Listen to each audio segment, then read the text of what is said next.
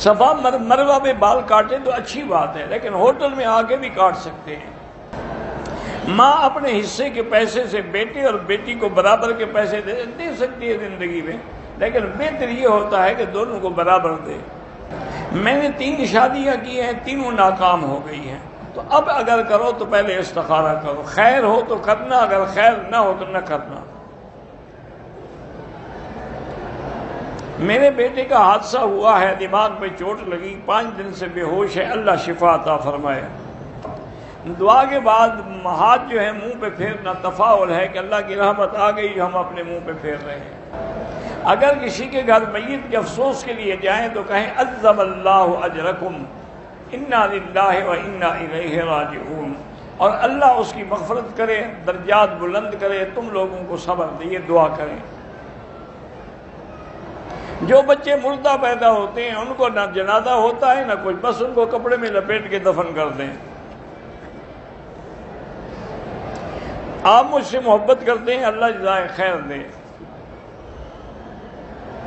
طواف کے دوران ہم اگر 4 کل شریف پڑھ کے ثواب بخشیں وہ بھی جائز ہے۔ طواف کے دوران حتیم میں 2 رکعت پڑھنا ناجائز ہے جب تک طواف ختم نہ ہو جائے۔ میرا بیٹا حارث بیمار ہے، اللہ شفا عطا فرمائے، اللہ ہر بیمار کو شفا عطا فرمائے۔ تمام انبیاء اپنے قبروں میں زندہ ہیں، شہید جب زندہ ہے تو نبی کی شان تو کروڑ درجے بڑی ہے۔ کہتے جی 65 سال کا بندہ 2 شادیاں اور کرنا چاہتا ہے، ٹھیک ہے وہ جانے، اس کا کام جاری ہے، کوئی مسئلہ مجھ سے پوچھنے کی کیا ضرورت ہے۔ بیت اللہ کو سب سے پہلے فرشتوں نے تعمیر کیا اللہ کے حکم سے، پھر حضرت آدم کے دور میں تعمیر ہوا، پھر حضرت ادریس کے دور میں تعمیر ہوا۔ طائف اگر چکر لگانے جائیں، واپسی پہ احرام باندھے بغیر آئے تو دم پڑ جائے گی، طائف میقات ہے۔ شار ابراہیم پہ صفیں بن جاتی ہیں، اگر آگے جگہ خالی ہے لیکن صفوف نظر آ رہی ہیں تو نماز ہو جائے گی، نظر نہ آئے تو نماز ہی نہیں ہوگی۔ میرے بھائی کی بیوی چلی گئی ہے، بہرحال اس کو کہیں کہ سگریٹ بھی چھوڑ دے اور 2 رکعت نماز پڑھ کے وہ اس کی بہن دعا کرے، اللہ آسان کرے۔ رات کو کوئی دیوال نہیں ہوتا، دیوال دن میں ہوتا ہے جب سورج ڈھلتا ہے۔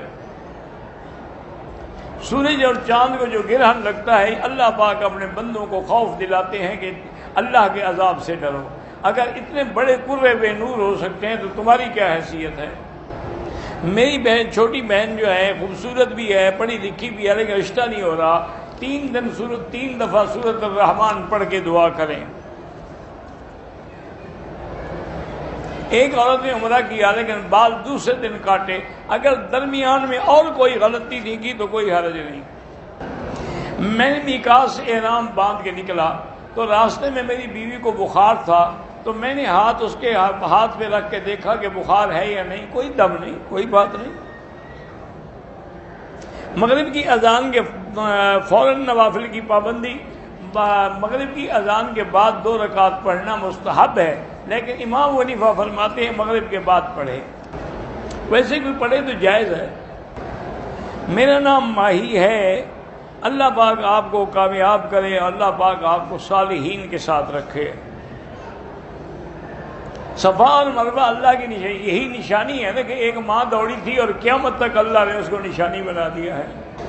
خواتین احرام میں نقاب نہیں لگا سکتی، آگے کپڑا لٹکا سکتی ہیں۔ جو امام سادہ جرابوں پہ وضو کرے اس کے پیچھے حنفی مسلک میں نماز نہیں ہوتی۔ سجدہ ساو کے بعد کوئی اتحاد نہیں ہوتی، اللہ اکبر سجدہ کیا اور اللہ اکبر کر کے بیٹھ گئے۔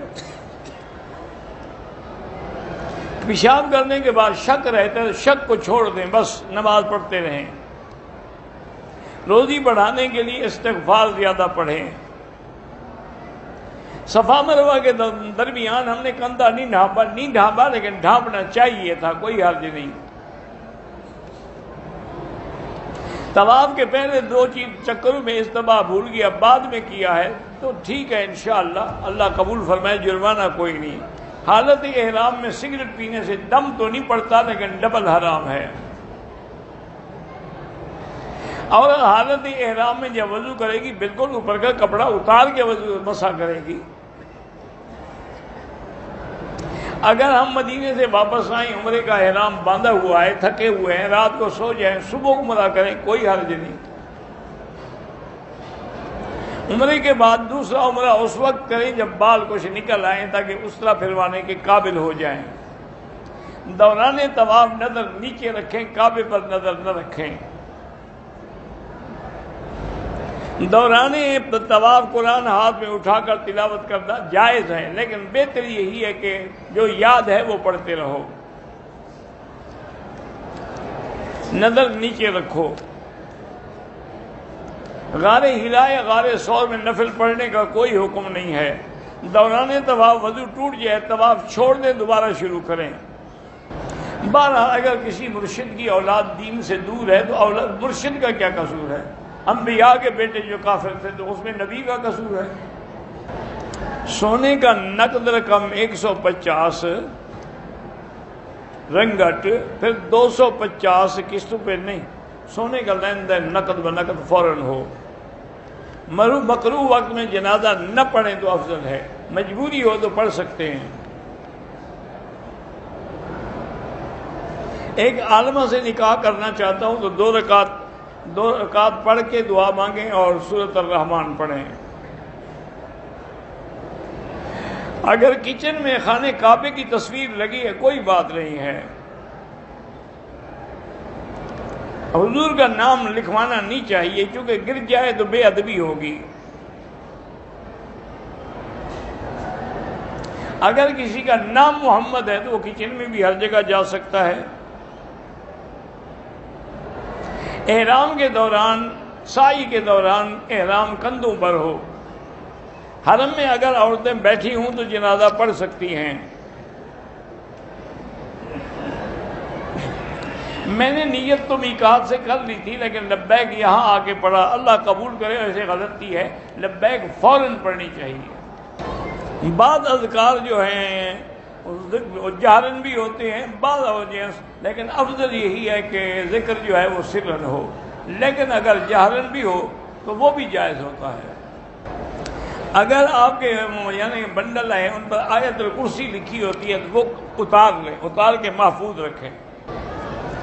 بال سر پہ اس طرح پھروائیں، اس طرح نہ پھروائیں تو کم از کم بالوں کا چوتھا حصہ سارے سر کا اتر جائے۔ سبز لائنوں کے درمیان میں تیز چلنا چاہیے کیونکہ وہاں بی بی صاحبہ نے زیادہ تیز چل کے اپنے بیٹے کی پریشانی میں، کیونکہ جب وہاں جاتی تھی تو حضرت اسماعیل نظر نہیں آتے تھے۔